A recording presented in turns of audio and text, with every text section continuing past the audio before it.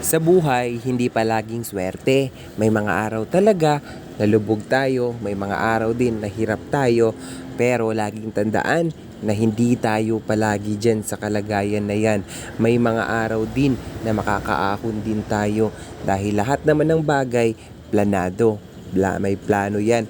Plano ng Diyos na kung saan susubukan niya tayo sa lahat ng bagay. So may mga araw na bibigyan niya tayo ng pagsubok na kailangan natin labanan upang tayo ay kanyang masubok kung karapat-dapat ba talaga tayo sa mga bagay na ito na kanyang pinagpapala. Hindi sa lahat ng mga problema ay problema na lang ang meron. May solusyon dyan. Kaya ang kailangan lang natin is labanan ang problemang to. Dahil gaya nga ng sinabi ko, may Panginoon na laging gumagabay sa lahat ng ating mga pagsubok.